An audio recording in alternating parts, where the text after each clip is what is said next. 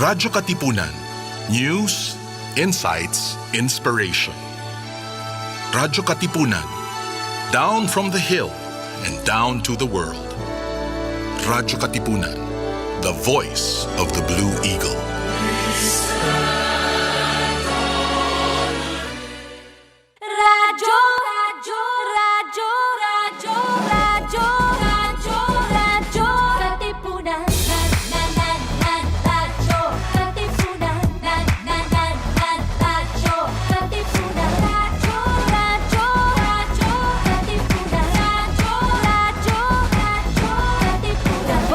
Blue Eagle kami di mapipigil sa pagbabalitang tumpa at tama. Buhay atin mista sa loob sa labas ng eskwela, ating ibibida lahat ng eskwela.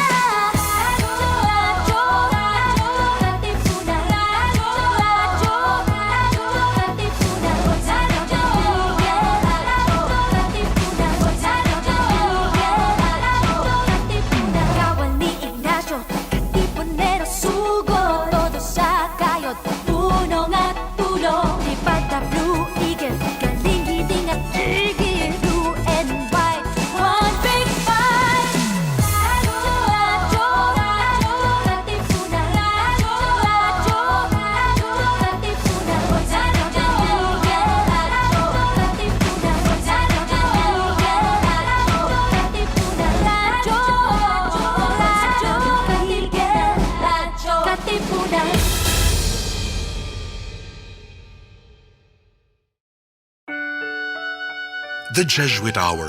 Wait, what? No! Let's try that again. Join the fun bunch of the Hugot Hour with Father Jboy as we talk about anything and everything under the sun. Share your everyday Hugot moments and everyday Hugot quotes. G, tara na! Usap tayo. Bring your own baon. Bring your own Hugot. The Hugot Hour with Father Jboy and friends is now in session.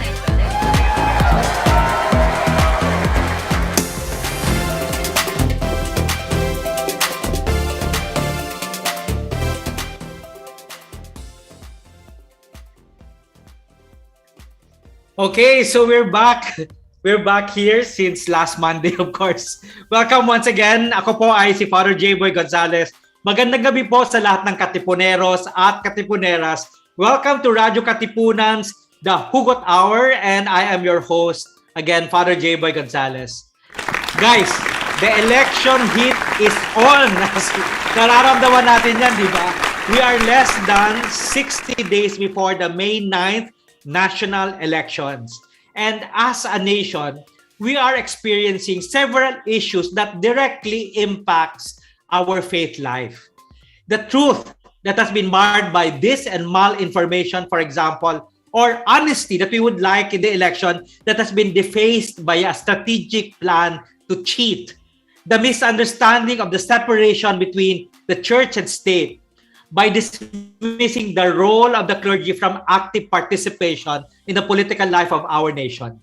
Now, we are in the season of Lent, and the season of Lent is a call of conversion, a fast, and an eradication from what is sinful, so that we continue to reaffirm the values of Jesus, or if you can expand that to become more inclusive, actually the values that protects the life of every human being. Now, the season of Lent is very much relevant in the preparation for the clean and honest elections. Let's discuss all of this tonight with three of my friends from social media and also from the same ministry to the young. So let's meet them in a minute. So once again, this is Father Jboy Gonzales, and the Hugot Hour is now in session. Attention, please. Grab your baon box. The Hugot Hour is now in session. Okay, yes, thank you for that stinger. I'd like them to introduce themselves with a very short vocation story. As you know, the Hugot Hour is not very, very formal. We are talking as friends. So kasali ako sa usapang pangkape. The vocations of the brothers It's a very, very, very, very special vocation. And I have with me two brothers from Lasal. We met a long, long time ago, and we continue to communicate through our social media platform. They are with us today, and I would like to take this advantage for them to tell their stories to us so that we get to know how important the brothers are in the scheme of the church. So we have Brother Richie Yap, FSC, and Brother Arian Lopez, FSC, and also Mr. Aido Cepeda, their late colleague who handles youth ministry too. I said too kasi all of us, we have a ministry to the young. And by the way, you can ask here at the Hugot Hour any questions about their vacations. We will be very happy to respond to them. Because maybe one of you would like to become a brother. So, let's go, and I'd like to welcome, of course, our brothers from Lasal, si Arwi and Richie at saka si Aido. So, bala kayo kung sino mauna. Pogi. Ang pogi na sino daw? No, we'll start with the one your lookalike. May lookalike. O nga, sabi kanila. Kuya. Di ba? Wait lang. Ang gwapong-gwapo kasi lookalike kami. Di ba? Oo nga, sige na. Ang gwapo-gwapo si Arwi. Di ba? Para kami magkapatid. Bababa ko lang to.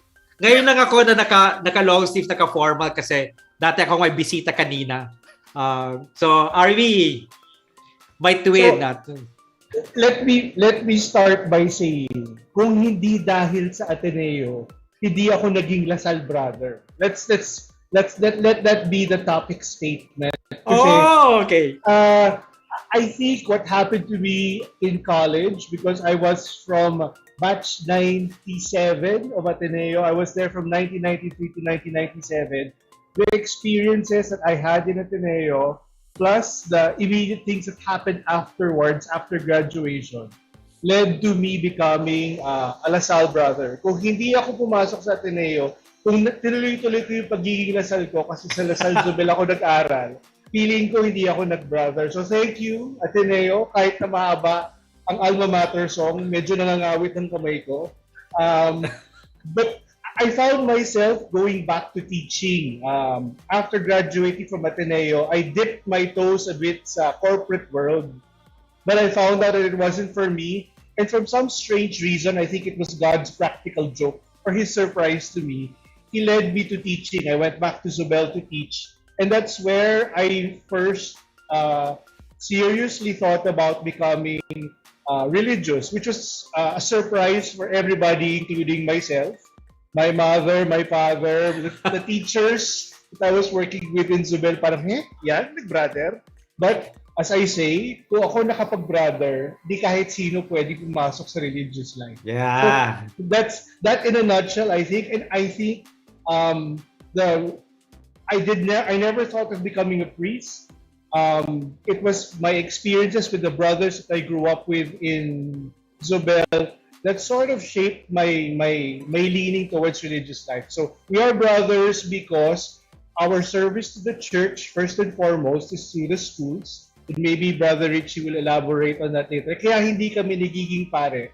So when you join the brothers, sa terminal vocation, yun na yun. Hindi na yung kailan ka magiging pare. So we join the brothers so that we can help the church by running the schools. So that's the long and short of it. Ano maalala mo sa brothers nung you were in Zobel that, inspired you? Yung binalikan mo after your Ateneo stint, binalikan mo, ito yung mga naalala ko that really inspired. Kasi usually, we have basic religious experiences that make us consider that vocation, di ba?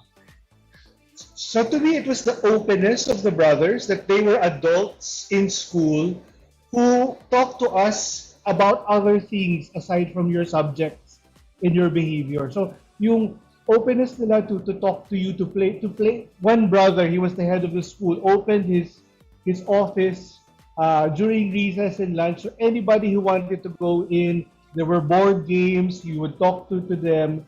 And then there was another brother who yung mga girls, pag nababroken heart na sila, dun sila pumupunta sa brother yon kasi meron silang adult na mapupuntahan. When I became a teacher, I realized that that was one of the things that I enjoyed most about being in a school. I wanted to be, and Brother Richie probably will say the same thing. I wanted to be the adult who I needed when I was in high school, and that's what I saw as my primary vocation, yung interface ko of my faith, where I saw God, where I felt God's presence the most, was through the interactions of Yeah. our kids. So yun. Hindi man nila ako na-inspire na maging brother, pero nung unti-unti ko nang pinag-iisipan, yung napagtagpi-tagpi ko na yung mga subtle hints ni God sa akin, I realized that kung hindi ko sila naging brother, siguro hindi ko siya kinonsider. Oo. Napakahalaga talaga ng interaction, no? Minsan, karamihan dito, nakukuha natin yung vocation natin, hindi inside the classroom, but what happens outside the classroom. Curious ako, lumapit ka ba tungkol sa love life mo? No, I prefer to nurse my broken heart by myself. My mother says it's the reason why I joined the brothers because sawi ako sa pag-ibig. Pero hayaan mo na yun. Ba't ka naman i-reject kung kagwapo-gwapo mo? Naman. Well, alam mo, kapag best friend ka lang. Ganun lang yun. Na friend zone ka? Hindi pa nauuso yung term na friend zone. Pinagdaanan ko rin. Some of my students would often call me, brother, ikaw yung nado sa McDo commercial, yung na broken heart. And I'm like, okay, whatever. Yeah, whatever. Ganun na sila ngayon eh. Whatever. Nako, sarap kwentuhan. Teka muna. Sarap kwentuhan talaga ang ating mga vocation stories, no? Maybe we have one episode na puro vocation stories. Guys, you will be very, very surprised the different ways in which God calls us. Iba talaga, no? Pwede kong ikwento na pumasok ako dahil sa pagkain ng Jesuits. Kasi hindi naman ako produkto ng mga Jesuit eh. So, produkto ako ng Dominican. So, ganyan. Go, Ste. Diba? Kaya sabi ko, uste. Kasi ganyan. So, diba, strange? And you know, there are many Lasalites Jesuits, as well as there are also Ateneans who are Lasal brothers. Diba? Si Ricky, kaibigan ko kaya si Ricky. Ay, saka, Brother Ricky, baka mo sabihin, hoy, Brother Ricky Laguda. Kaya talaga, holy na siya doon pa. Oh, Brother Armin. Si Brother Armin, yun, ganyan. Oh. Pwede nyo itanong sa amin yung sikreto namin kung nag-aaway ba kami ng mga Lasal brothers dahil sa basketball, ganyan. Hindi nyo alam ang friendship namin. No, ganyan. Secret relationships kami. Secret relationship. Ganyan. Ito pangalawa. Gusto ko rin malaman talaga ang vocation story niya. Si Brother Richie. Brother Richie, yap! Hi, good evening, Pads. Inadaw ni Brother Aryan yung linya ko. Whenever someone asks me why I joined the brothers, it's really because I wanted to be someone who I needed when I was young. Yeah. I was the eldest son of a diehard Lasalite, and actually I'm from South Cotabato, so may ganap bukas sa amin sa General Santos. So watch out for that one. But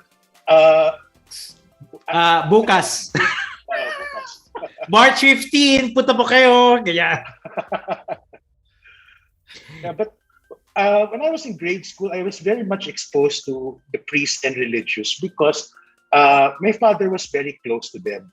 And I'm also an altar boy, sacristan, but I really never saw myself as a priest. Parang, in some ways, I was attracted to serving God, but perhaps in a very different life. Even though, there were a lot of priests in the house, as guests of my dad. Pero my dad nga, being a diehard Lasalite, one night, I was sharing with this friend priest na parang attracted ako sa religious life. And so they asked me, ano yung mga subjects na magagaling ako? And I told them, well, science, etc. And they said, why don't you check out the Jesuit priests? And when my father heard that, he decided to send me to Manila, to LaSalle Green Hills, and from that onwards, I was a LaSallian until I finished college. So my interactions with the brothers, working with them in different student organizations, have actually helped me discern their life. And eventually, when I was planning to become a lawyer, but somehow, some way after graduating from De La Salle University, my degree was legal management. Kaya nga may plans na to become a lawyer. LM, wow. So they were the brothers. Brother Ricky Laguda tricked me into trying brother's life. And that's where I met Brother Aryan. And we're actually batchmates. Sabay kami pumasok sa brothers.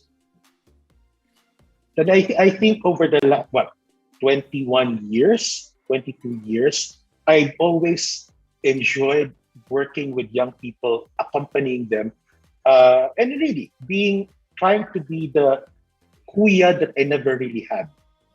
So that's pretty much sums up my vocation story. What would you remember when you were dealing with the brothers in Green Hills? One specific experience. At saka pa shout out naman yung naka-inspire sa inyo ng mga brothers, di ba? Siyempre si Ricky. Si Ricky. Brother Dante, Brother Mike Valenzuela.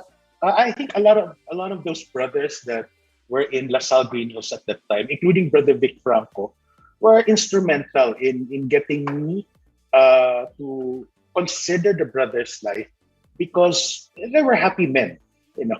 You'd wonder, why is it that they're not married, they don't have children, and yet you see them happy working with young people. And I guess for me that became an attraction for me, because I wanted to be like them also. I think that mission to be the person that I needed when I was younger, I think I can fulfill that role as a brother of the Christian schools. Iba talaga yung, I'm sorry to use the word, pero ito yung naisip ko, iba ang seduction ng joy. No? Di ba? Iba talaga yung seduction ng joy. Tipong, we are always attracted to people who are happy. Because eventually, that's where our heart goes, diba? We want to be happy, and you want to see yourself like those people who are happy in their vocations. So napakaganda ng sinabi ni Brother Richie. We'll return to joy when we talk about the season of Lent, because underneath all of those fasting and abstinence is it's the opening up of the real reason of Lent, which is the joy in the kingdom of God. Later on, we will return to this kind of joy, which the brothers, as experienced by Arwi and also by Richie, that attracted them so much. It is also what attracted me. I get to see the Jesuits. Tawa lang sila tawa ng tawa, di ba? Ganyung tipo, what makes them so happy? So exactly, the seduction of joy. Or we can say the seduction of Easter, right? Yes. But I think this thread of joy is also present to stories of people who have been part of our ministry and vocation. And it is always good to see the vocation of lay people moving into the same thread. And so, si Aido Cepeda nandito. He works in De La Salle, Araneta, right? Yes, bro. Okay, sige. Yes, bro. At napaka-obvious ng kanyang conviction. Kulay pa lang, di ba? Kulay pa lang. Aido, welcome. Makakwento ka naman ng buhay mo. Bro, gusto ko magpare actually. No? I entered the seminary for 4 years. And then in 1990s, 1990 yan nung nagka-Gulf War, remember Gulf War sa Iraq? Yeah. My father was in Saudi Arabia. Oh. So he had to go home, and he's the breadwinner. I'm the eldest in the family. So immediately after I graduated, sa UST, I had to leave the seminary. I had to What leave. seminar is this, Ike? Dito sa Diocese of Imus. Under kami ni Bishop Perez. Kaya nga mahal na mahal ko si Bishop Perez eh. Atinista yan na at Lasaliano. Di ba? Yan ang ehemplo ng isang atinistang Lasaliano na naglingkod sa sambayanan. Kaya mahal na mahal namin si Bishop. At idol na idol namin talaga siya before. Kaya lang kailangan ng pamilya na isang breadwinner. So I had to leave. Siyempre, seminarista ka, wala ka nang pupuntahan trabaho. Di ba? So, mabuti na lang, kabubukas lang, I think 4 years pa lang ang Lasal Dasma, no? Dito sa amin, sa Dasmariñas. So, kailangan nila ng teacher eh. Teacher ng theology. Seminarista, di apply. So, nag-apply ako. Wala nga akong alam sa pagtuturo eh. Wala pa rin akong alam masyado sa teolohiya. Kundi yung theology subjects namin sa USTE. And then, Brother Andrew was the president of the system then. No? Si Brother Andrew ang instrumental dito talaga sa aking bukasyon sa pagiging Lasallian educator. Bakit? Si Brother Andrew kasi napaka-generous niya sa mga teacher ng Lasal. No, kung may scholarship na available sa Manila, ibibigay niya yan sa mga guro ng Lasal. Basta mag-aral ka lang. Tapos, teacher pa namin siya sa research. Kaya, kung ano yung subject niya, kung ano yung isasabit mo sa kanyang paper, okay na yun. It's as good as pass sa defense. Kasi siya rin ang uupo sa sa panel. No? So, kami, gagalingan na namin sa subject niya. Kasi pag pinasa mo ngayon sa kanya, siya chair ng panel, wala na sasabihin yung ibang members. Kasi may approval na siya. So, kaya ang bilis, tamad ka na lang talaga pag hindi ka natapos kay Brother Andrew. No? So, that's one. And then, nakatapos ako, so na-permanent. Nung una talaga gusto ko lang, trabaho lang to eh. Kasi wala akong trabaho. Itong pinakamabilis na trabaho. Okay naman ang Lasal magpasweldo.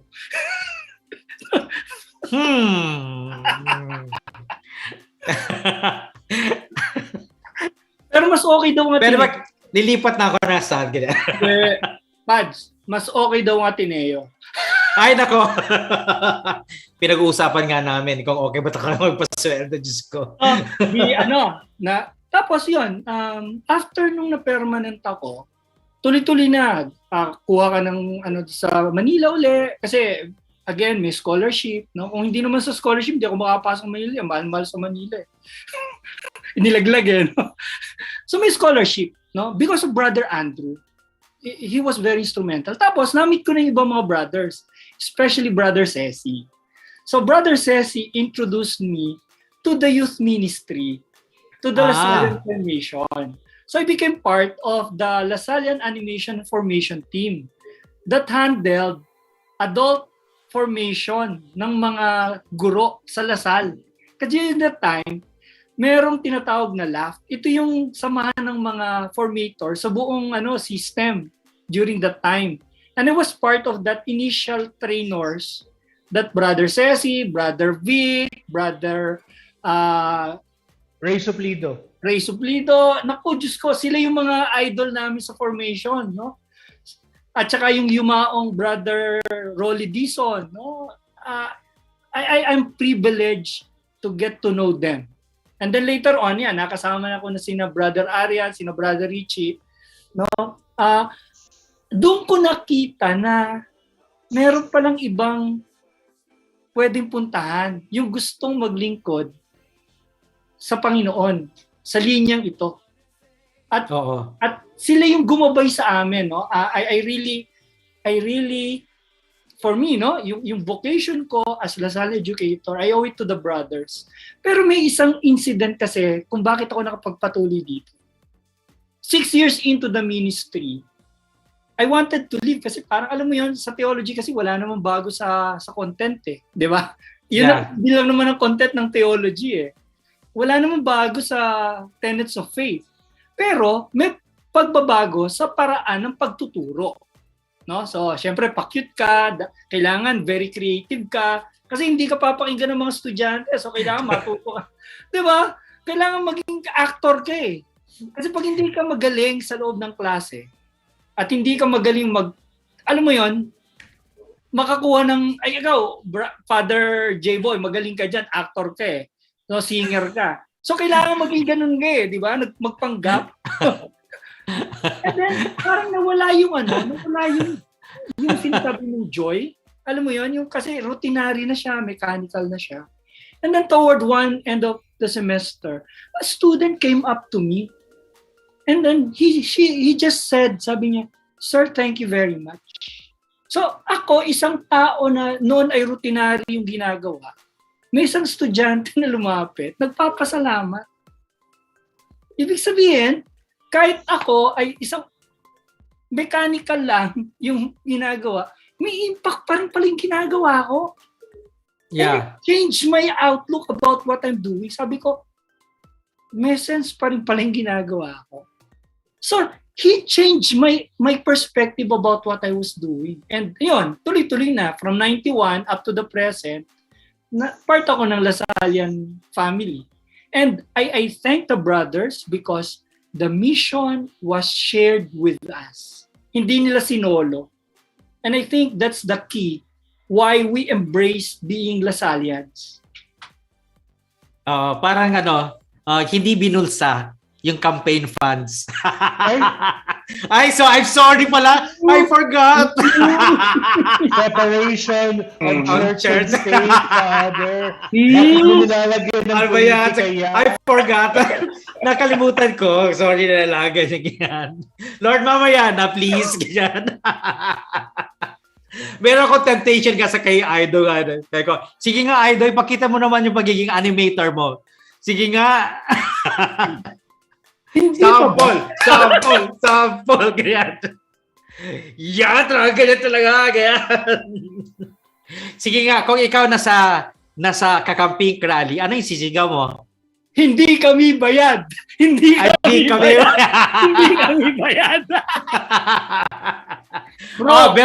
Sige, hindi tayo political, bawa. Pero actually, yun ang maganda, di ba? Karamihan sa ginagawa natin, hindi lang yun dahil sa pera. No, siyempre you are a lay person, you need money. For many of us, our religious, yung sweldo namin ng honorarium, pumupunta sa community. Pero karamihan sa ginagawa natin is over and above these things, di ba? Yung makikita mo na pag-dedicated na yung tao talaga, hindi mo kailangan bayaran. Sa amin ang tawag nito, naalala mo yung magis. Yan. Yung tipong pupunta ka kahit kahit walang ayuda, 'di ba? Ang tawag diyan magis. Tax ganyan. 'Di ba? so yun, na another element that's very important in these stories is the effect of generosity on people. And the effect of generosity on people is usually an effect of meaning. No, nung sinasabi nga ni Aido na biglang may relevance pala ako. May relevance pa balik theology. Alam nyo ba, hindi lang yan pang-lay. Sa amin lahat yan. Importante din sa brothers, sa mga pare, okay, sa mga mother, ganun, na makita din namin na importante mo pala kami. No, I think that's the napakaganda ng mga kwento. I'd like to say hi to many of our kasama sa kwentuhan ito. First of all, hello Jean Hesuro, also to Les Menjola. Si Les Menjola is from the Jesuit Music Ministry. Sabi niya, yes, ako uste. Tapos of course, Zev, nandito pa rin si Zev. Sabi niya, hello everyone. Okay. Sabi niya, wow, Pink, it's good to see Pink. Sabi niya sa Facebook. And then Team Bravo, hi team. Thank you very much for being with us. Exciting conversation tonight. Next. Okay, tuloy na tayo. Tapos, bigla naisip ko because our passion is in the youth ministry. And you can use this lens, this passion of ours to talk about what we're going to talk about today, how the season of Lent impacts also our choices in the elections. And we can also use, for example, the lens of we as a youth minister, no? And I'd like to thank those who ask questions. I have placed them. Hindi na ako magbubunot-bunot ngayon kasi ginawa kong sunod-sunod.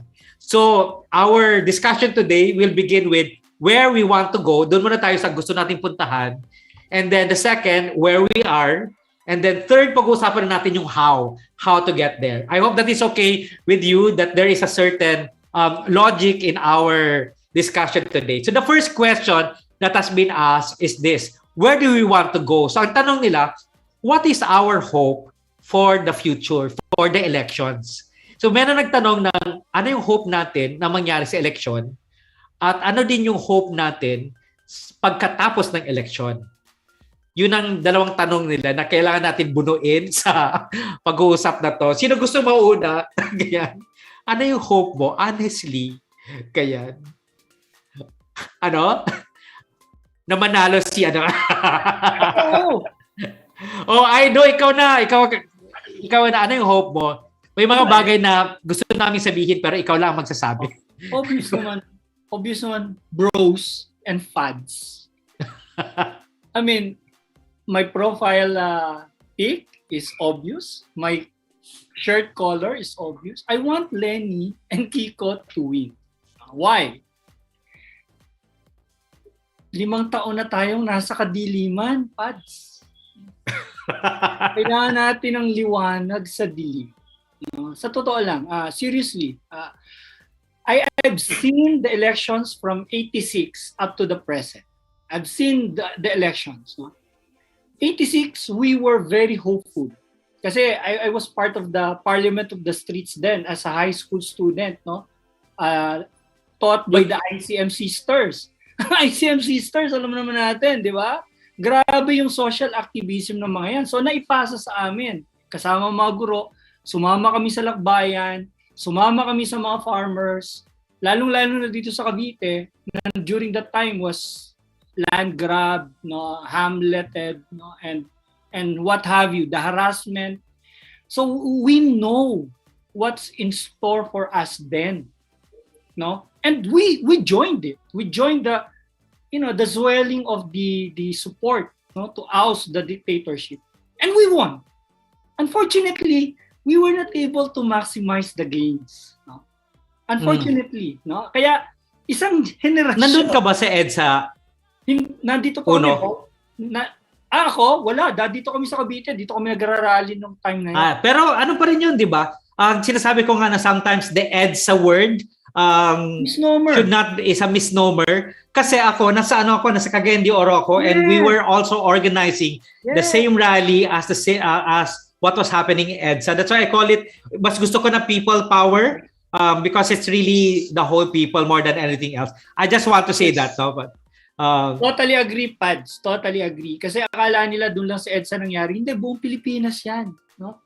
Kaya naman, yung isang henerasyon na nakaranas nung gain ng EDSA after, hindi nila na-appreciate yung freedom na tinatamasa nila ngayon, na kaya nilang batikusin ng gobyerno, kaya nilang banatan kung sino kanilang gustong banatan sa social media. Hindi mangyayari yan kung hindi natin ginawa yung people power. Hindi nila ma-appreciate yun. Kasi nga tayo nagkulang. Ako personally, I feel yung generation namin failed to teach what really happened during the time. You know, when I studied yung kay Kapepe, there's already an attempt by DepEd to put the human rights education in the modules for grades 1 to 10. I saw the modules in DepEd, but they didn't use it. It's there. So hindi na ituro. Kaya ngayon, nakala nila walang EDSA, walang people's power. Natawa nga ako in one post, may nag-comment, communist. Sa akin, komunista ako. Na-red tag ako. Nag-post lang ako ng invitation dun sa launching ng buko kay Kapepe. Komunista na raw ako.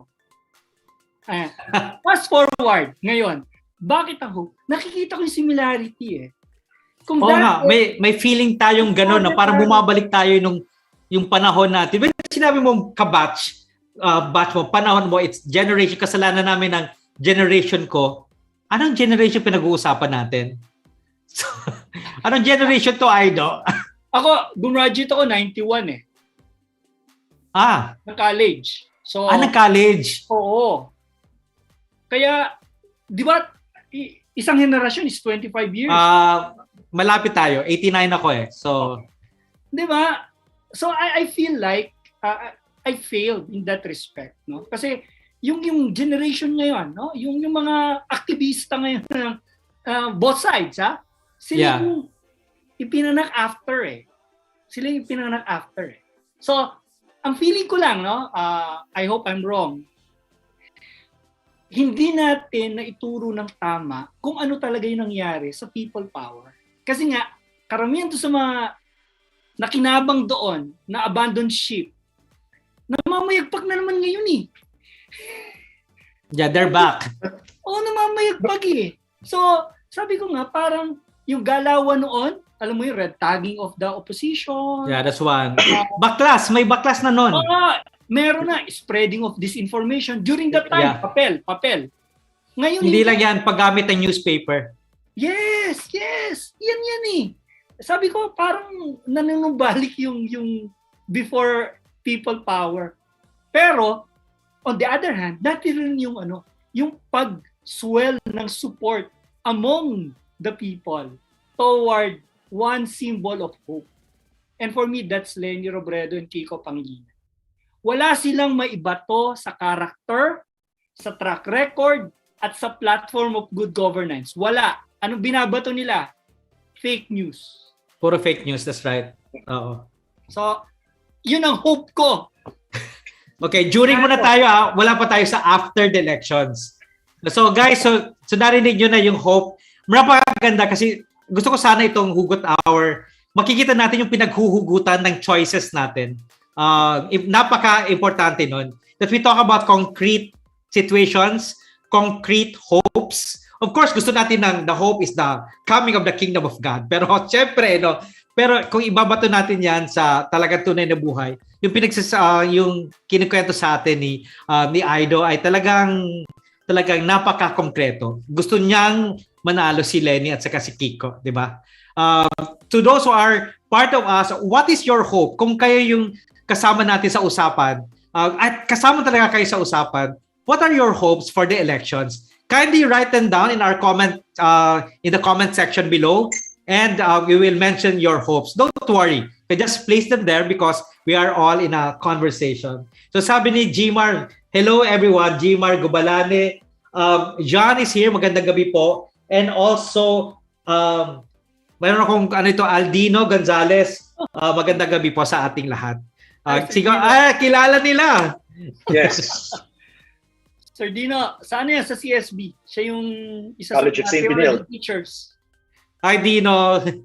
Okay, so... Okay, sige. Kahit sino, are we or Richie, ano din yung hope ninyo sa election? Well, first I would like to disagree with Sir Aido when it said that we failed, that his generation failed. Max, his generation naman. Parang ang layo. So second generation ka na. But I disagree. We thought the truths about martial law, the evils that happened during those authoritarian regime.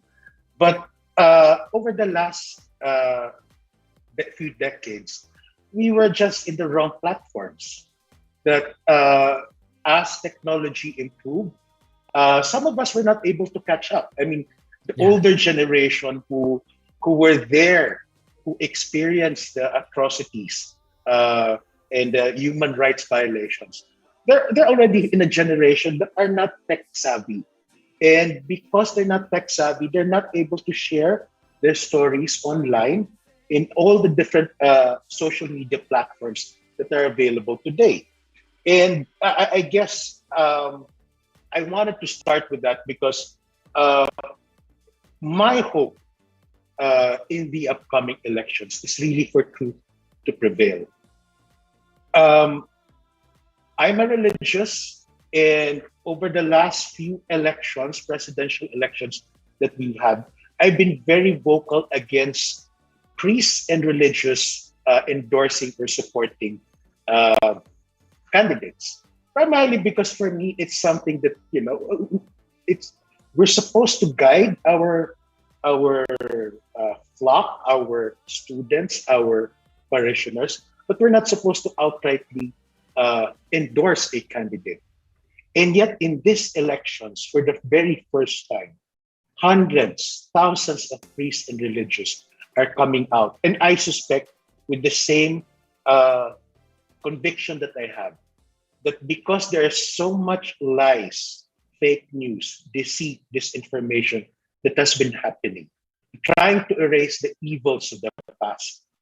That's primarily the reason why we're coming out and saying no to those those fake news, saying no to all those lies, and we want the truth to prevail. And our this hope of truth to prevail is personified by a particular candidate, which many, not only priests, religious, teachers. There's so many teachers now coming out in different sectors are saying there are only two candidates in the one in the president and one in the vice president who will be able to stand up and allow this truth to prevail. Yeah, there's a certain thing about what Brother Rich has been telling us. The use of social media, for example. Many of those who have been victims by the martial law years were boomers, right? We're boomers. And these are the people who will find it very difficult to be on an online platform. But also for many priests and religious, we've been worried about social media for a long, long time. I am one of those who have experienced being also ridiculed because I entered into social media. Someone even said, noong panahon mga 2005, when I began writing about convictions, writing about even the gospel, and they were telling me, kailangan mo ba ng attention? Kasi nga, ang linalagay ko sa social media, siyempre gusto kong sagutin, di ba? Pero alam naman natin na better not, especially with a fellow Jesuit, for example, I would just say na smile na lang ako ganyan. But yung potential kasi to be able to reach a lot of people was already there, but many people have ignored it. Gusto ko sana sagutin na, when nagpa-publish ka ng libro, anong ibig sabihin nun? Kailangan mo din ng attention, di ba? Ganun. Pero syempre, yung aking pagiging mataray at that time, not worth it, no? But that is true, no? When the world was moving towards technology, lagi tayong huli. So maybe that's one of the things that we have the experience, but we were not able to write about the experience for many people who never had that experience to be able to read it. Okay, so that's the thing. You were saying something? Pero naka-ano ka? Are you muted? I can't hear you. Wala.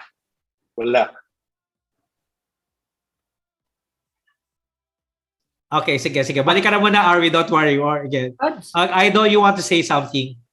Gusto ko na pick up yung binanggit mo about yung huling binanggit mo na may kinalaman dun sa paggamit ng technology. Social media, ng technology. Isa ako kasi sa early adopters din ng teknolohiya sa pagtuturo. At nakita ko talaga yung kahalagahan nito, no? Yung potential nito, no, for evangelization. Pero isa rin ako sa mga una nagsulat doon sa mga kwento ng mga hindi kilalang bayani ng kasalukuyang panahon, lalo na yung nakibaka nung martial law. Kasi I was introduced to these heroes when I was in high school, like Renato Constantino. Kasi yan ang ginamit namin mga libro noon, hindi yung cited. Wow, grabe ka talaga mag-drop ng names yung mga hindi ko kilala. Yung mga ganyan. Ganyan. Grabe, parang nahiya tuloy ako, ganyan. Puro artista yata kilala ko. Si Renato Constantino yung nagsulat nung diba? Ito yung mga idol ko, no, sa kasaysayan. Tapos natuto ko kay Pepe Jokno. So I wanted to write about them kasi hindi sila kilala ng present generation. Yeah. You were saying about documenting their stories so that the new generation would be able to read them. And that was my motivation why I focus on Kapepe Jokno, Bishop Perez, no? The Diocese of Imus. Kasi I wanted to tell the world, eto, may mga tao na ganito yung ginawa ng panahon ng martial law. And people need to know na may ganitong mga tao na naglingkod, no? Para tayo ngayon, ganitong kalaya. And I think crucial pads yung sinasabi mo na gamitin yung mga tools ngayon like social media to spread this good news na hindi alam ng tao. At yung sinasabi nga ni Brother Richie kanina, ito yung way natin to spread the truth that we hold. To counter yung disinformation, yung lies. Yeah. We need to double our effort kasi nauna na sila Nung 2016 pa nila ginawa to with the previous administration, 'di ba? Grabe yung paggamit ng trolls that time. At nakita nila, yun din ang ipapanalo nitong kanilang kandidato ngayon. Yeah. There are two things na napaka-importante. No? Both sinabi ni Brother Richie, halimbawa, aside in the use of technology, and at the same time, the potential or the power of stories na sinasabi mo, Idol, di ba, na sana nakakaalam ang mga tao. My experience of students that you don't need to convince them when the person who has that experience tells the story. Kasi yung parang conceptual, so pinag-usapan natin what can the season of Lent do. Well, in the season of Lent, it's really a season to tell stories about how we have contributed to change, for example, the sufferings we have undergone, and then at the same time, the hopes that we have acted on and it came true. I think those are the things that I think is important for us to do. Are we? Ano ka na ba? Okay na ba? Yes. Yes. Okay. Wala. Bluetooth failed me.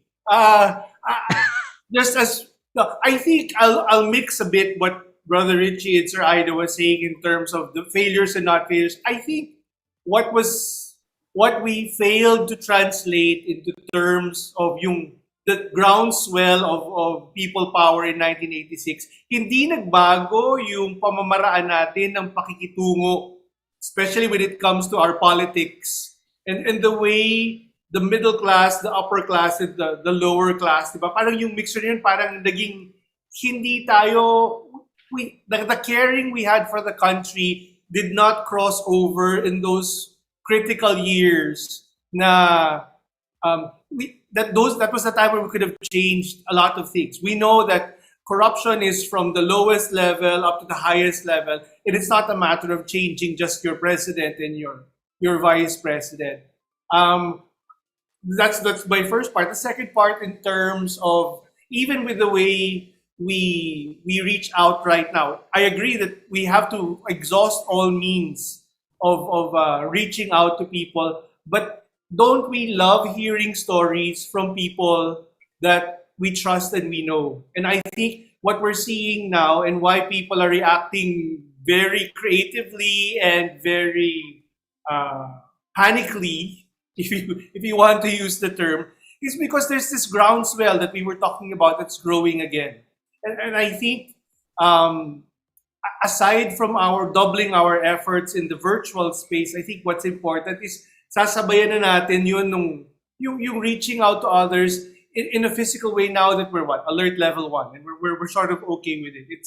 It's that act of reaching out to others that I think ginagawa ng parang bahay to bahay, di ba? Ganyan. Yeah. Diba? Parang yung magpakita ka. Dapat nando ka, nagsalita ka, nagsabi ka, meron kang malasakit sa kanila. I think correct. Kailangan present. Di ba? Which is if all of us in this Zoom call right now, we're teachers, and we know that as both students and teachers, our teaching is most effective when there is that rich relationship that the teacher and the student share among each other. We're a very tribal country, diba? And it's not a matter of the tribes as we know it in our heads of the olden days, but anybody who belongs to my tribe, I will protect. But anybody outside, hindi ko na siya hindi ko na siya pakikialaman. Malinis ang bakuran ko, pero yung paglabas ko, yung habits ko nag-change. So, in that sense, hopefully this election will proclaim, let's say, Lenny and Kiko and all the others who we support. But at the same time, we don't give the responsibility of making a better nation to them kasi pinaghirapan natin. That my hope is, if we get the outcome that we want, that we will transform this movement that brought this outcome into something else that places the responsibility of making our nation better on everybody's shoulders. Yes, not just those who are going to be elected, but also ourselves. Yeah. Ang ganda ng Pads, no? Yung binagit ni brother, yung sense of ownership of what's happening. Yes. I think this is what is unique about this present campaign that we are exactly. Grabe. Alam mo ba, Pads, this is the first time I'm very active about campaigning for a candidate. This is the first time because I see in her the symbol of that hope. No? The symbol of that hope that I want our country to have. Kasi I have a daughter abroad and I want my daughter to feel proud that she is a Filipino. No? That she is a Filipino. That she has a country worth, shouting to the whole world that eto, Pilipino ako. No? And nung nagsimula kami, Pads, alam mo, damang-dama ko yung pagtulong ng mga tao na hindi ko kilala. Nag-fundraising kami. Grabe, Pads. Ngayon pa lang, no, umabot na ng more than 70,000. Yung donation. Sa mga taong hindi namin kakilala. Iba, kaibigan natin. Pero marami. Nais lamang nila maghandog, no? Kasi nga nakikita nila na ito lang yung pwede nilang magawa eh. Hindi man sila makapagbahay-bahay. Pero sinasabayan na namin yun ng bahay-bahay, yung sinasabi mo na house to house. Yeah. So, ano na talaga, mahalaga yung pagbaba. Yeah. At ang maganda dito, ang tulong, galing sa iba't ibang parte ng mundo. Malaki, maliit, no, mayaman, mahirap. It's there. We just need to harness the positive energy and ensure that, we pass it on to the next, community, the next generation, no, perhaps of voters. Kasi hindi ito hanggang May 9 lang eh. I think the kind of movement we're generating right now. Exactly. Yeah. Tuloy-tuloy ito. Dapat tuloy-tuloy. Yeah, I'd like to pick that up that, one of the hopes that I have for the election is that the people's movement, which has been started, will continue to grow. And the people's movement, with even after the election, will give the impetus for all of us to take responsibility for what is happening in the country. So I have a question here. That we are all educators. So the question is, what is your take about the role of education and also of youth ministry? Because our young are in our schools, vis-a-vis the pagpapalago, the continual enhancement and encouragement that the people's movement has on our future as a country. But before we answer that question, I'd like to acknowledge all of those who wanted to say something about our discussion today. So one for Jean Flores Purpura. Hi, Jean. Hello. He said, my hope is a clean, non-violent, and just election. Yun din, lalo-lalo na non-violent. Okay? And then, si June Zulweta, mahaba sinulat niya, pero napakahalaga ng kanyang sinabi. June, maraming salamat. Okay, before I read your comment, he said, the short-term hope is that Team Robredo overcomes the anticipated cheating machine that the Marcos group will definitely be putting in motion come election day. As a son of a martial law political detainee who spent years incarcerated in the same detention camp as Henny Lopez, Serge Osmeña, Ninoy, and Ka Pepe Jokno, it also pains me deeply to see the youth now being so unaware of the sacrifices they contributed that led to the freedom we all enjoy now, but is again under serious threat. So thank you, June, for that that comment. Indeed, no, it also pains us. We are educators. It also pains us that many of our young people are unaware of the source of the freedom that they have, and it is now being threatened once again. As you know, we are gagged, as they said. We are gagged. Okay, so let's return to that question about the educational system, no, and how our institutions can help burgeoning the people's movement, or take advantage again of this energy that is surging, especially from our young people. What do you think, guys? Ako, holy hour bigla, ha? Sa akin, di ba, parang you have people, let's say, you have people who taught you your manners. You have people who, even though you haven't seen them for 20 plus years, pag nagkita kayo, yung relationship of respect and relationship of wisdom, because they were your people there when you were younger. I think that's a huge resource that we need to tap. That our teachers who taught us how to be fair, our teachers who corrected us when we were wrong, our teachers who were patient with us, who taught us how to live life. I think that's one way of our institutions can continue. Diba? A school is a gift that keeps on giving. Diba? Yes. Hindi mo pwedeng putulin. It's an umbilical cord that you can't cut. Because some of your purest and most important memories are tied to your school. And I think if we're talking about stories and narratives, I think that's one thing that we can continue to talk about. Is that, remember when we were in this class, dito natin natutunan yung value ng ganito. O di ba nung pinagalitan tayo ni Miss kasi ganito yung ginawa natin? may mga tanong na yun yung ginagamit ko pag meron akong mga kausap na, brother, bakit kayo ganyan? Ba't mo sinasabi yan? Ganyan. Di ba dapat mabait ka? Di ba dapat inclusive? Kasi sabi ko, yes, I'm inclusive. But if you look at our own experiences in school, it is those experiences that we are fighting for. The experiences of truth, the experiences of respect. That when people cannot participate in that kind of relationship, we have to sort of say, no, because you can't participate, then maybe you have to go, because we've given you all the chances that we could. But right now, hindi ka willing. So, diba? So it's that whole range of memories, experiences, relationships, I think that our schools have that can help us, especially with those people whom we taught. It is our hope that our students picked up our lessons and remember the things that we talked about, and that they share it with others. And translate that into your choice for whom to vote, di ba? Parang pumapasok na tayo sa usapan ng Lent.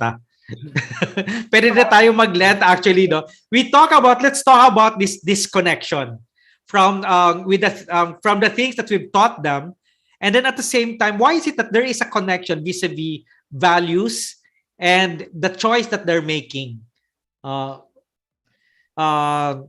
So yun, what are your thoughts about on this?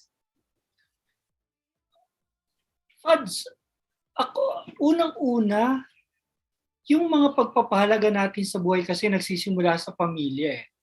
Nakakatuwa pang pandemic. Kasi when I was reflecting on what happened, bumalik tayo lahat dun sa simula ng ating bokasyon, ng ating pagkatuto, ng ating mga pagpapahalaga sa buhay, sa tahanan.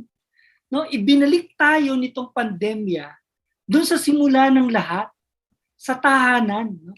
Alam naman natin na bagamat hindi pare-pareho yung kalagayan natin pagdating sa tahanan, pero kahit papano, no? Bumalik tayo dun sa nagturo sa atin ng una nating salita, nagturo sa atin ng una nating paghakbang, no? Yung nanay at tatay natin o yung lola at lolo natin, no? Bumalik tayo dun sa tahanan. Di ba yung tahanan, ang salitang ugat yan, tahan eh. No? Pag sinabing tahan, di ba, tahan ka na, di ba? Yeah. Huwag ka nang umiyak. Huwag ka nang umiyak. Ibig sabihin, ibinalik tayo dun sa unang karanasan ng tunay na kaligayahan. No? Yung tahanan. No? Bakit ko sinasabi yan? Bilang mga guro, napakahalaga kasi yung ibinabalik natin yung mga mag-aaral dun sa unang kaligayahan nila. Kasi ito yung magtatagal eh. Alam mo yun? Ako kasi, when I was going back to my history as a student, I always go back to that teacher who made me feel real joy inside the classroom. Alam mo yun, yung hindi man siyang kagalingan, pero alam mo na pagka pumasok ka doon, good news. Di ba yan yung yan yung nais natin, yan yung sabi ni Saint Lasal at saka ni Saint Ignatius, di ba? Dax, talaga pinagsama mo kami Oh, you are God's presence, di ba? Si Jesus din nagsabi noon, Saint Paul din. Di ba?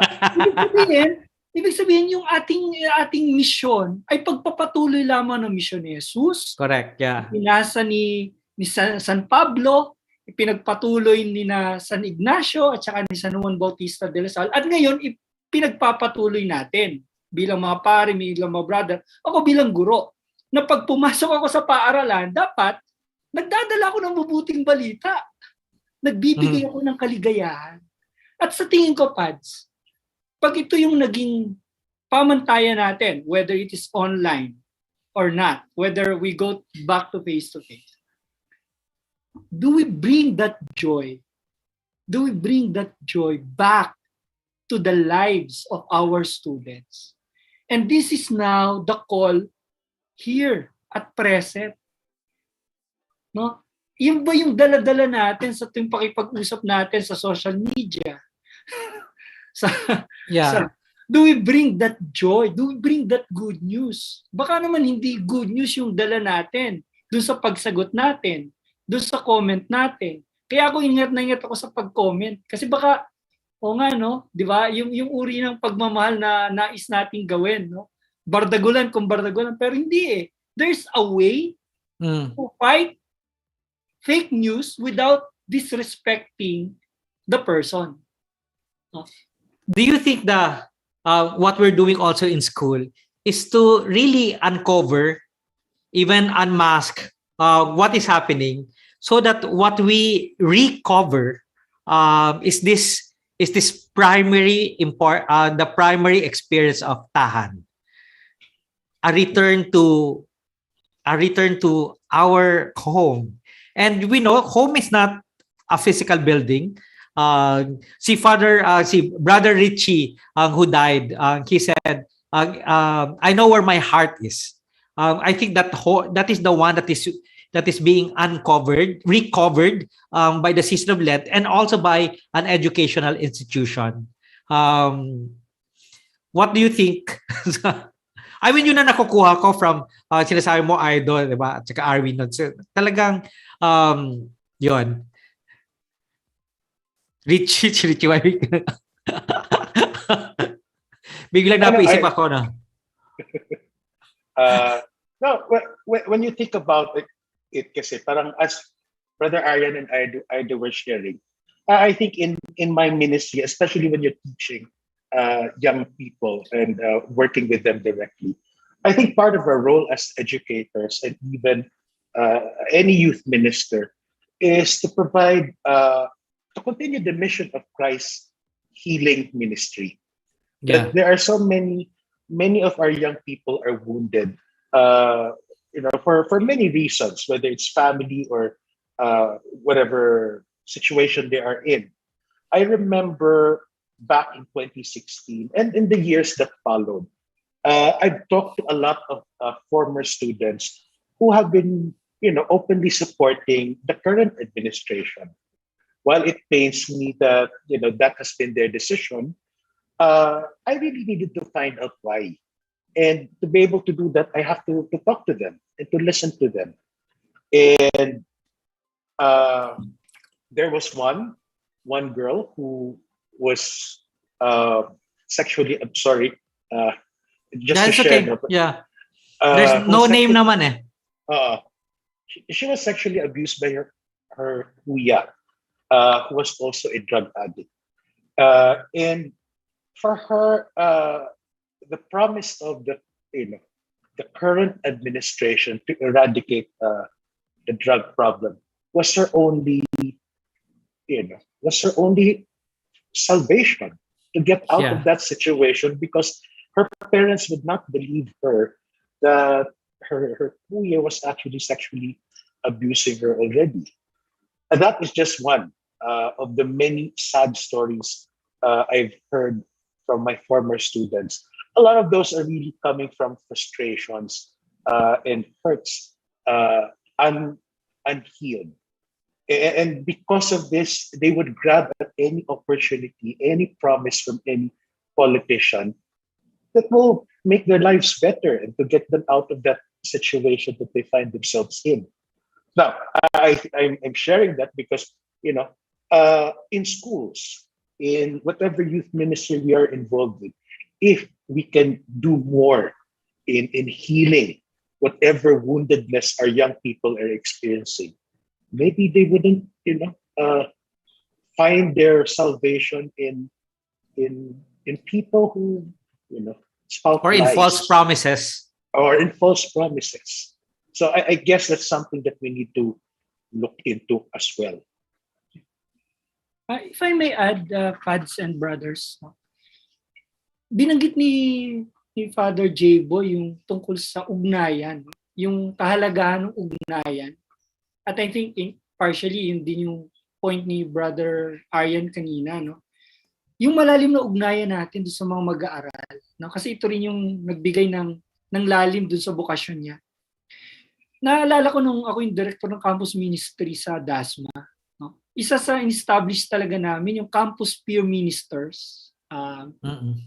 Ito yung grupo ng mga volunteers namin, but we did not call them volunteers. We called them campus peer ministers. So, pinapakita namin na kayo rin ay ministro, no, sa inyong kapwa estudyante. Pero ang aming inilagay na mekanismo, hindi namin inalis yung malalim na ugnayan namin sa kanila bilang mga kuya at ate, no. At alam nyo, nung gumraduate na sila, nagtatag sila ng alumni. That means effective. Oo, kasi parang gusto muli nilang ituloy yung magandang samahan, no, na nabuo dun sa school. Kaya ngayon, alam mo, nung nagkita-kita kami nung December, nung pinayagan na magsimba, nakakatuwa na ang dami na pala nila. No, yung iba nga hindi ko nakilala, pero lahat sila handang magbigay ng anong pwede nilang maibigay sa paaralan. Sabi ko nga, nakakatuwang makita to after 10 years or more na eto na sila.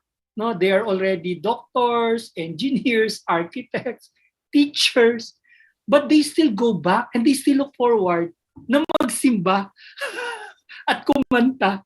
Alam mo yan, kasi nga lumalim yung ugnayan. And I think that is also the way to heal people, no? If we are able to establish that deep connection and ensure that they are, in a place where they can trust someone. You know what? Alam mo yan, yung na they can just be themselves. Yun yung home. They are at home. Space. Yeah. Are we, anong sabi mo? It's a safe that we It's do a our safe best space to make school a safe space. It's not perfect, but aside from making them prepared here, you want them to grow up in a space where they can make their mistakes, knowing that there are people who are there to help them stand up and try again. Yes, I agree with that. No, yung youth ministry, especially in a school, is to allow people to have that space to commit mistakes so that it can be corrected. And at the same time, that experience is a microcosm of the country as well. So we can actually say na we are in a season of Lent. So I would say a while ago we have been in a period of darkness. We have said it in many different ways, and that point of accompaniment, I think, will help people in discerning. Because I think when we discern, pag inisip ko nga kung ano yung discernment, to glean where God is leading us, karamihan sa giya or guidance ay yung guidance ng ating experiences. So if you have experienced a safe space in school, that is an experience of freedom, di ba? And you want that to happen even outside of school. Yeah. And you want leaders who will espouse that space. Yeah. Alam mo, Pads, totoo yun. Yung Twitter space, nakakatuwa siya. No, when I first learned about it, I thought it was just, a podcast or... O, chika lang. Oo, chika lang. But you know what? Every time I host one, people felt that it is a safe space where they can just rant and share their stories. And That being people listened will- to. and people will listen. Tapos ang ganda nung term. May speaker ka, may listener ka. So, tapos minsan magpapalit, yung speaker magiging listener, yung listener magiging speaker. So, sabi ko, ang ganda nung symbolism. Tapos, eventually, meron na ngayong spaces for Lenny. Oo nga, nakita ko nga yun. Pero biglang naisip ko itong sinasabi ni Brother Richie sa atin. Richie, yung sinabi mo kanina about healing, tinitingnan ko biglang napa-reflect ako biga. Nuts! Biglang napa-reflect ako biga.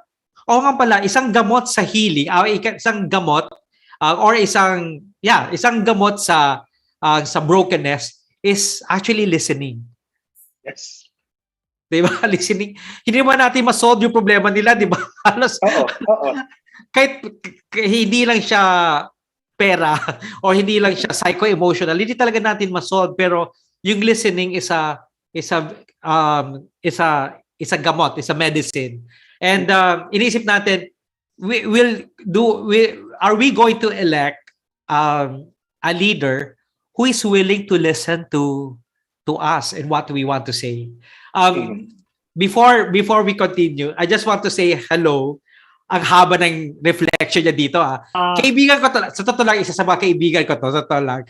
Hi Richie Bongkaron. At kilala niyo si Richie. Kakatanong ko pa lang, sabi ko, si Richie, nandyan pa ba? So, ganyan. Hi Richie, thank you. Nakakamiss ka na rin, no? Kasi dalawin nga kita pag tapos na ang pandemya, ganyan. Pero may sinabi si Richie, sabi ni Richie, aside from saying hi to all of us, he said, how to prepare for the elections. The season of Lent is the perfect opportunity to do so.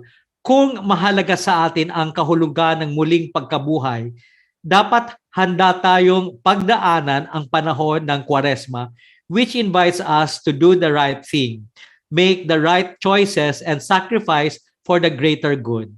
So yan ang sinabi niya. Hello, Richie. Kaya, parang mas pari ka kaysa sa akin, ha? Joke lang. Alam na. Ganyan. Huwag niyo na akong tanongin ng mga sikreto kaysa baka mamaya may masabi ako. I-guess na lang natin si Richie. Oo, tama. Correct, di ba? Malibre tayo ng kape. Yan, malibre tayo ng kape. Longganisang imus. Pwede. Hindi magtatagal. Magsama-sama kayo tayo. Sana matapos na tong pandemya, we can see each other face to face, di ba? Yeah. Pero yun din ang hope natin sa election, di ba? Na sana may pagtugon ng maayos sa issue ng kalusugan. Hindi ba? Ganyan. Ito na. Diyos ko, 7:42 na. Ang bilis naman ang usapan natin. Pero ito yung gusto kong, ito na yung, siguro yung tanong natin, how do we prepare for the elections in the season of Lent? Sabi nga ni Richie, kasi ang season of Lent, napaka-importante sa pagpipili. Maybe we can look at the season of Lent and many of our practices in the season of Lent so that we will be able to recover the tahan. We are able to recover the continuity of our values and the choices that we make. That we have to recover the healing process that is natural for believers, di ba, ganyan, who would listen and accompany young people. So let's talk about these practices, since many of us Filipinos ang season of Lent ay parang gawin lang natin yung practice, mag-fast lang, mag-abstain lang. Tapos, yun na yun, that's it. Mag-confess na. Pero wala siyang talagang epekto. Parang naging ritualistic tayo ng konti. Let's try to discuss here what are we going to recover or what is the reason behind all of these practices. We will not discuss everything or else abutin tayo forever. Ganyan. Pero i-connect natin dun sa paghahanda natin sa election. Si Richie nag-raise ng hands. Nax, parang klase lang. Graded recitation. Siyempre, pabibo. Ako mauna, pabibo. Hayan. Dapat lang, animators tayo. Katawa sa animo, di ba? Animo. Ay, ibig sabihin ng animo, hindi ka pwedeng papatay-patay kapag animo ka. One big fight. Actually, it's another translation, di ba? One big fight, meaning animo, ganyan. May energy. Come on. Energy. Okay. Well, ako kasi, Pads, whenever nagiging lesson to sa mga classes ko, I try to explain, di ba, we usually have 3 pillars of Lent: prayer, fasting, and almsgiving. And like you said, nagiging na lang, routinary, mechanical na lang during the season of Lent na ginagawa natin to. But for me kasi, it's important for young people and everyone to understand why are we doing this and bakit nga ba. And I always say that Lent is a preparation for Easter. Yeah. Kasi nga sa Easter Vigil, and Easter Sunday, we renew our baptismal vows. Etong baptismal vows na to, ito yung parang, think of it as our anniversary between you and God. Diba? Para kayong, kung sa mag-asawa pa, magkakaroon sila ng anniversary. And in preparation for that anniversary, ng wedding vows nila, you prepare. You do acts of love. You spend quality time with the person that you love. You do acts of service. Ito yung pillars of Lent. Ito yun eh. Praying is your quality time, your words of affirmation, your communication. Your fasting is your sacrifice. Magsasakripisyo ka, hindi ka muna mamamasyal or hindi mo muna bibilin yung kailangan, yung gusto mo dahil bibili ka ng gift para sa mahal mo dahil mag-a-anniversary mo kayo. And your almsgiving is really that way, your act of love. You're giving a gift to the person that you love kasi nga mag-a-anniversary na kayo. So for me, if you look at the pillars of Lent, from that point of view, na it's all about your relationship with God and you're about to celebrate your new anniversary, then you will really want to prepare for that anniversary. And similarly, I think in the context of in the coming elections, we're not just preparing for the anniversary of my relationship with God, but also, to love God kasi is loving others. Yeah. You cannot. When my students ask me, which is more important, loving God or loving neighbor, the answer is both. They're one and the same. They're equal. We cannot see God. We cannot touch God. We cannot hug God. The only way for us to be able to love God back is to love others. And Jesus will tell us even to love those who cannot love us back, to love even our enemies. And, just putting that all together to prepare for Easter and all the acts of love that we want to give to God. We also, do these acts of love, not to God, but to the people around us. In our particular situation right now, loving God is trying to love our own fellow Filipinos also by trying to do what is good, what is right, and to prepare everyone for the upcoming elections. I think Brother Aryan was raising his hand. No, Yes. May I call Ar? Para raw talaga graded recitation ng peg natin. Teacher. So, napakasaya naman tong episode na to. Ba tayo, those of us in this space, busy season, ang Lenten season, kasi ano yan, umuulan ng requests for retreat and recollections, di ba? Correct. And then it's also for teachers, it's time for you to start explaining.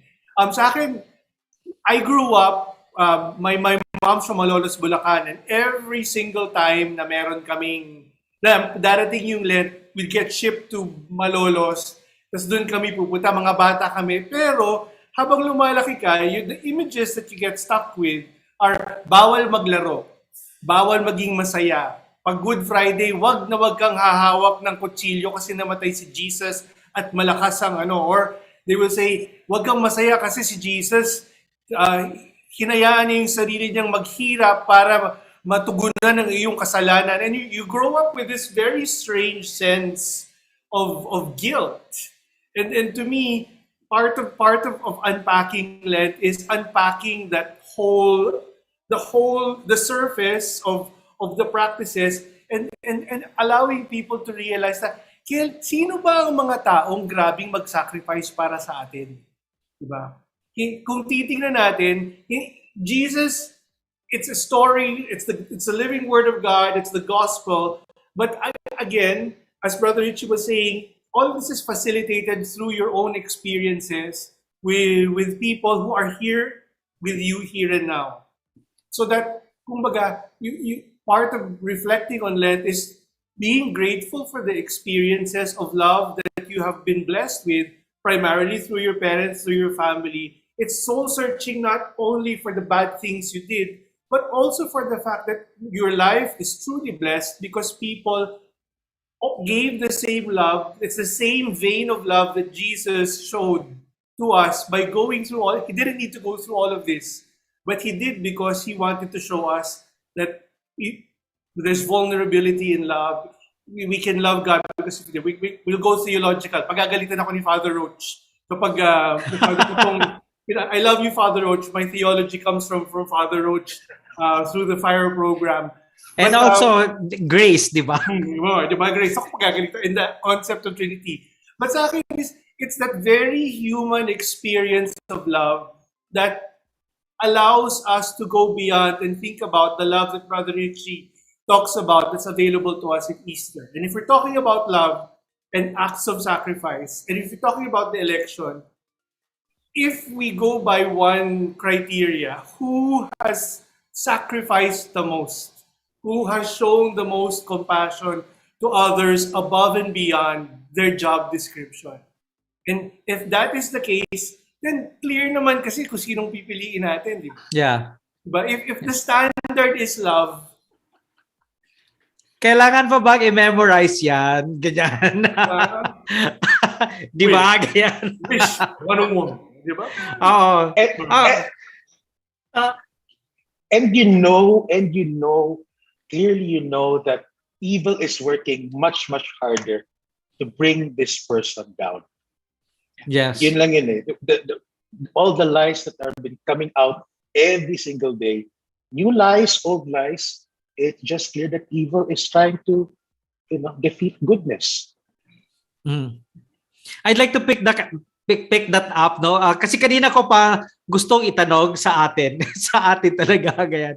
Kasi sinabi mo kanina, Brother Richie, na 'di ba yung biglang noon ang stance natin, we are not going to be partisan, 'di ba? We're not going to place our names that we are endorsing this candidate. And then suddenly there's this shift wherein we have placed our names there with great courage. Diba?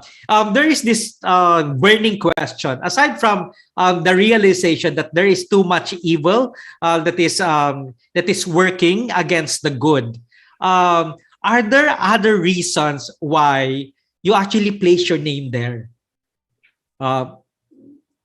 What made you do the shift? What contributed or what facilitated the shift? Sa akin, di ba parang we talk about showing love for others, we show about solidarity. The word tindig, ang tumindig, sabay-sabay, sama-sama. Diba? We follow Christ because we're in our respective congregations and vocations because we believe that we have to be the arms of Christ here. And we always ask the question, ano bang gagawin ni Jesus sa panahon na to, di ba? And if you go through your Bible, pagbalik-balik ta rin mo man yan, it's to stand with the people who need their voices to be heard. So we are in privileged positions. We lead pretty comfortable lives compared to the vast majority of the people in the Philippines. But the least we can do at the beginning, the first step to do is to say something. And then we find ourselves in situations where we will be one with the people whom God loves and God will love through us. And we will receive love through them. Yeah. I'm glad you said that, Harry, kasi you know the reason why. Of course, everybody knows that I'm in Davao. Okay, you know what that you already know what that means. Okay, and I have been a victim also of not just fake news, no, but I had experienced a death threat. Okay, because of something I said vis-a-vis the present administration.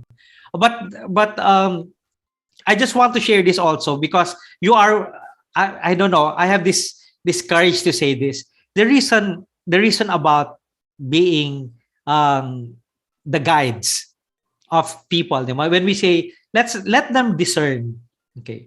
So, but suddenly at this time, people have made decisions already, and it's already how many days left? No, people made decisions already, and then I begin to realize that what people need are examples that would validate their choices. And this is not anymore the time to just let them be on their own. By putting my name there, suddenly I get people saying, thank you for being with us. Yung tumindig ng sabay-sabay para sa katotohanan. That to me is very priestly kung in my vocation, di ba? And I think that to me is also very, very brotherly. Because brotherly is exactly accompaniment and being together. That gives us a sense of why it is important that we have placed our names there. Because the season of Lent is not without focus. Diba? The season of Lent is about focusing on Jesus. Diba? Focusing on Jesus and Easter, as all of us said in terms of the Easter season. And to show that being children of Easter, diba, we make the right choice. Parang ganon. Kung safeguard, parang ako ay yung konsyensya. Ganun, naalala mo yun? Correct, kaya ako yung konsyensya. Kailangan may nagsasabi kung ano yung konsyensya. Ay, di ba? Game. Raise hand. Teacher. Teacher. Father, the two things. No? First, identity. Second, remembering. Identity. We're Christians. No? Our identity is that we follow Christ. We're followers of Christ. And when we follow Christ, the liturgical seasons are actually acts of remembering. We remember the experiences of Jesus. And when we remember, we make something present. Remember. No? Yun yung sacrament. No? We make something that is no longer present. No? And during the season of Lent, we make the act of Jesus' sacrifice present. And how do we do that? Through our acts of prayer, acts of sacrifices, and acts of service. No? Service. So panalangin, pag-sakripisyo, at saka paglilingkod. No? Yung paglilingkod. Napakaganda nitong nangyayari kasi makikita mo itong tatlo na to sa ginagawa ng ating mga kasama dito sa nangangarap ng isang gobyernong tapat. Grabe yung panalangin. No? Pinakita yan ng ating mga pinuno simula sa CBCP, sa SEAP, no? Katakot-takot yung nananalangin. Kami sa Lasal Araneta, every 11:30 in the morning, Monday to Friday, ano yan? Tuloy-tuloy yan. Ang buong Lasal system, every 5 o'clock, may bayan nilay, no? Hanggang Mayo yan. Tuloy-tuloy yan. Pero yung sakripisyo at saka yung paglilingkod, grabe ang ginagawa ng tao. Ito yung pagbuhay doon sa ginawa ni Jesus. No? Bakit? Kasi nga, Kristiyano tayo eh. Kristiyano tayo. At ang isa pa na ginawa nating buhay, yung katulad din ng ginawa ni Jesus, nagyakag siya ng kasama. Hindi niya sinolo. Nagyakag siya ng kasama. Halimbawa, yung mga statements natin, hindi yan isang tao lang ang kumilos. Kolektibo yan. Ang daming gumawa niyan. Tulong-tulong, sama-sama. Kasi nga, iisa yung layunin eh. Oo. Iisa yung layunin eh. No?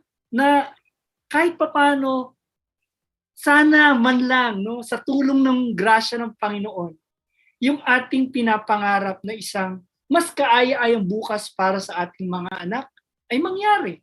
Yun yung Easter. No, yun yung Easter, no? Yung panibagong buhay, hindi lang para sa atin, kundi para sa lipunan, para sa sambayanan. Nakikita ko yung Holy Week actually sa mga tao. Minsan nga pag nakikita ko yung Twitter, isa ko parang Gethsemane. Yung tanong na, pinabili mo na ba ako? Parang pinabili mo na ba yung freedom ko magboto? Na bigay ng Diyos sa akin. Pinabili mo na ba ang katotohanan?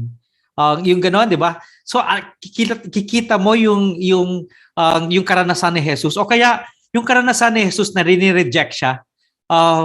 Alam mo yun, yung pagbaklas, for example, rejection kaya yun. Yung pag-alipusta sa'yo, rejection kaya yun lahat. Nararanasan mo, yung nararanasan ni Jesus, at saka yung sacrifice ng mga tao, parang dala-dala na yung cross, di ba? Pero tuloy pa rin, kasi nga, ano nga ba nagpapatuloy sa sacrifice, kundi yung pagmamahal mo sa gusto mong mangyari, yung pagtubo ng hope, di ba? Kaya, hindi pwedeng, kumbaga sa pag-ibig, di ba sabi ni Richie Arwin na, ang pag-ibig, lagi yan overflowing. Di ba sabi mo, Idol, na dinadalan mo talaga ibang mga tao.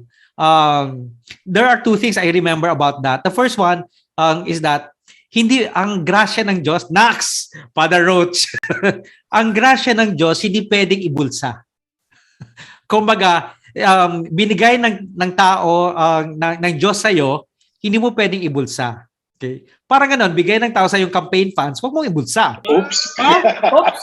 Pero mga ganon ba? Ganyan. O bigay ng mga tao yung tax para ayusin yung bansa, huwag mong ibulsa, huwag mong, di ba, yung mga ganyan, huwag mong pagkikitaan yan. Kasi ang daming tao namamatay dahil kumita ka, di ba, yung mga ganon. Makikita mo yung parallelism. And then second, mayroon ako naalala na sabi nila na no one goes to heaven alone. He or she, di ba, he or she should bring a friend or befriend someone to bring to heaven. Nakalimutan ko, pero never mind.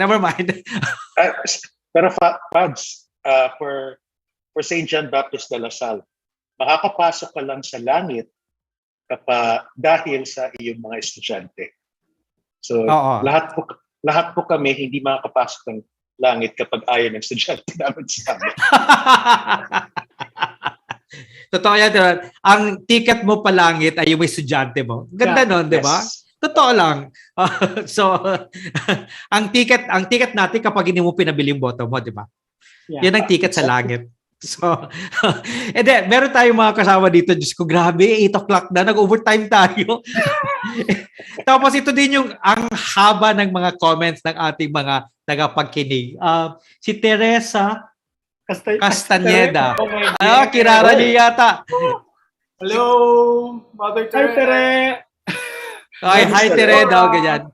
Okay, guys, if I look this way because the monitor where your comments are in this monitor. So, sabi ni Tere, hi Tere, thank you once again. Okay. Sabi niya, during the season of Lent, we need to make sacrifices. On top of what we do as educators, we can go out of our comfort zones to empower our students to reach out to underprivileged sectors of our society to make wise decisions this election.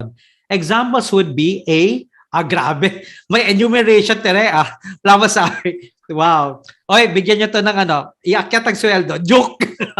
Dagdagan ng trabaho! Dagdagan ng trabaho, sabi nga ni Jesus. Sabi niya, basahin lang natin lahat kasi maganda. A, to teach them, example, helpers, service workers, how to discern reliable information shared in social media. B, donate to groups who initiate worthy causes in preparation for elections. And lastly, C, organize prayer groups for a peaceful election. At the end of the day, prayer works. At saka si Dino. Hi Dino, welcome back. And sabi niya, turuan ng mga bata ng iba't ibang kaparaanan ng pagmamahal sa panahon ng eleksyon. Hindi lang ito tunggalian ng mga kumakandidato, kundi dapat tunggalian ito ng mga nagsasabing gustong manilbihan sa mga kapuspalad sa ating lipunan. Turuan din ang mga kabataan na maging mapanuri sa kung ano ang tama. Hindi lang basta pwede, kundi dapat yung tama. Kasi hindi lahat ng pwede ay laging tama. Nako, animo! Okay, galing ka ng insight. Thank you, Dino, for that insight. My gosh, halos grabe, 8 o'clock na. 8:05, nag-overtime talaga tayo. Pero gusto kong hingin sa aking mga kapatid, no? Mga last words para sa ating mga kasi 7 last words, di ba? Kung meron kang 7 last words, wag na lang 7, abutin ng forever. One last word, what would that be for many of those who are preparing for the elections in the season of Lent? Biglang holy hour. Ako na magsimula. So, sige, ikaw na nga. Okay. Ang diabolus, ang diablo ay mula sa salitang Latin na diabolus, no? Which means to divide. Yeah. So anything that divides is of the devil. Anything, no? Na sumisira, naghihiwalay is of the devil kasi diabolus. But anything that unites is of God and because of love. So you can now discern who is of God and who is of the devil. When you choose the next leaders in May 9, you know sino yung humahati, sino yung nagbubuklod ng tunay, no? Na nakabase sa pagmamahal. So hindi ko nasasabahin kung sino kasi makikita nyo sa aking suot kung sino. At saka mga kaibigan, kung nakita nyo ang suot niya, talagang naka-close neck pa. Of course. Saradong yun talaga ang choice niya. Hindi na mababago. Hindi na mababago. Sobra kaya yan. Okay. Are we or Richie? Sige, I'll go next.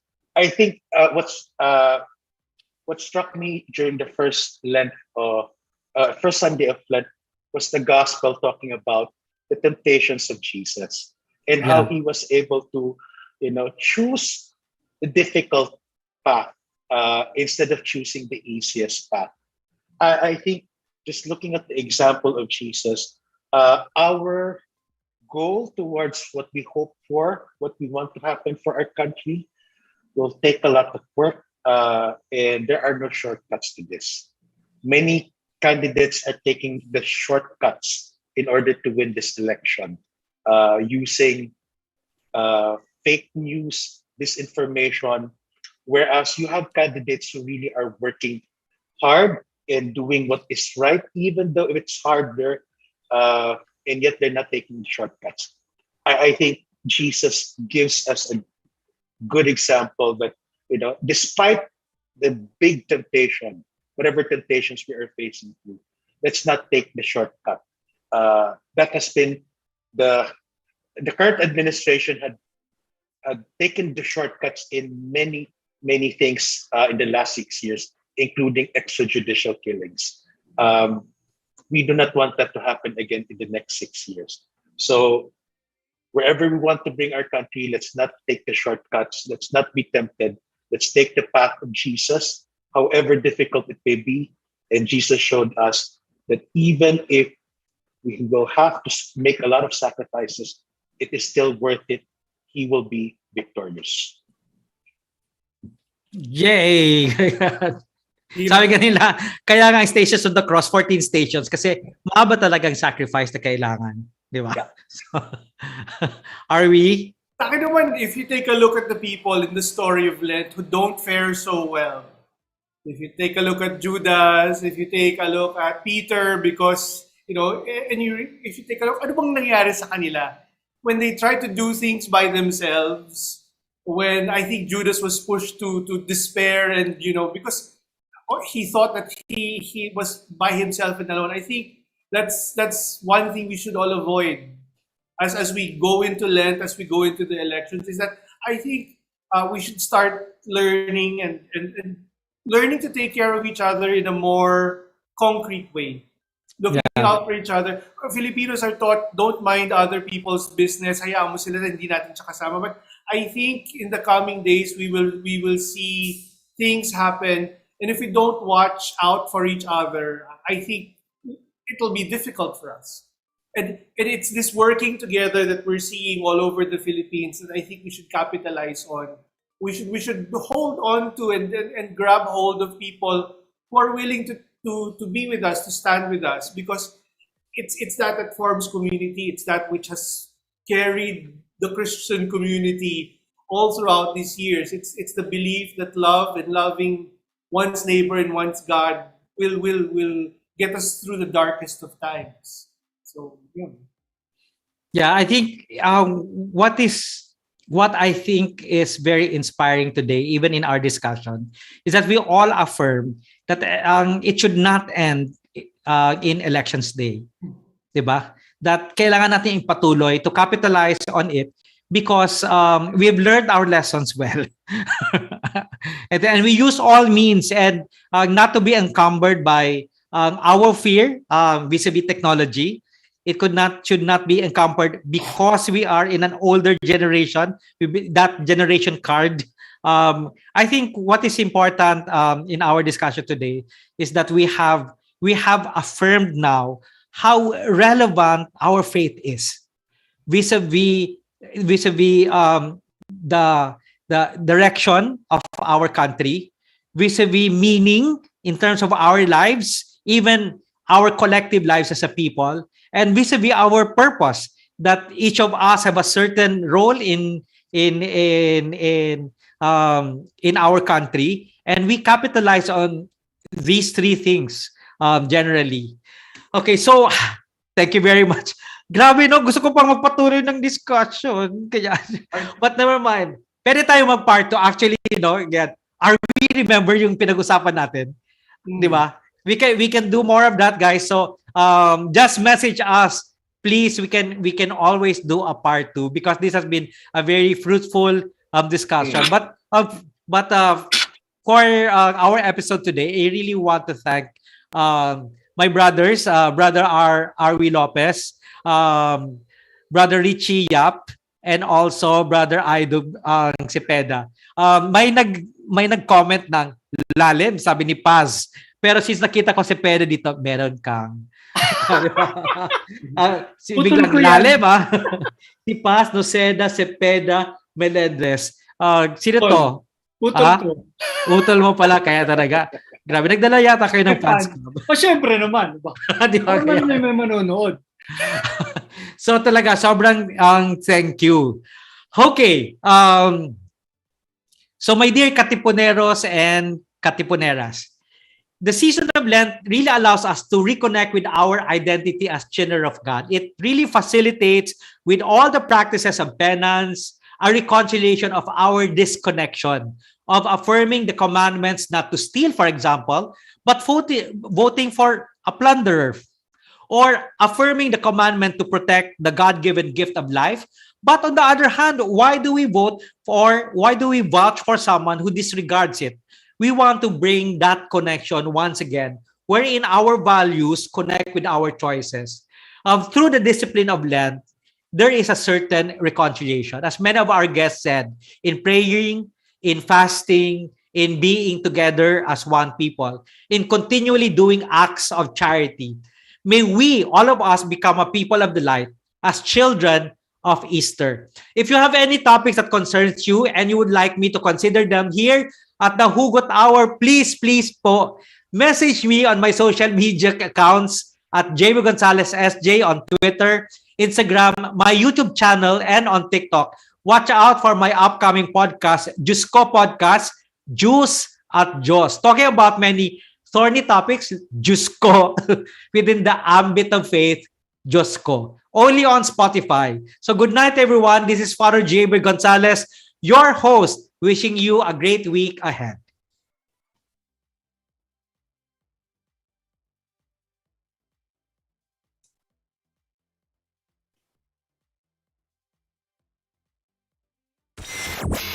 The Hugot session is now closed. See you next week for another episode of the Hugot Hour with Father Jboy and friends. Subscribe to Father Jboy on Instagram, Facebook, Twitter, and TikTok at Jboy Gonzales SJ and radyo-katipunan socials for more Hugot. This has been the Hugot Hour with Father Jboy and friends. Radyo Katipunan. News, insights, inspiration. Radyo Katipunan. Down from the hill and down to the world. Radyo Katipunan, the voice of the Blue Eagle.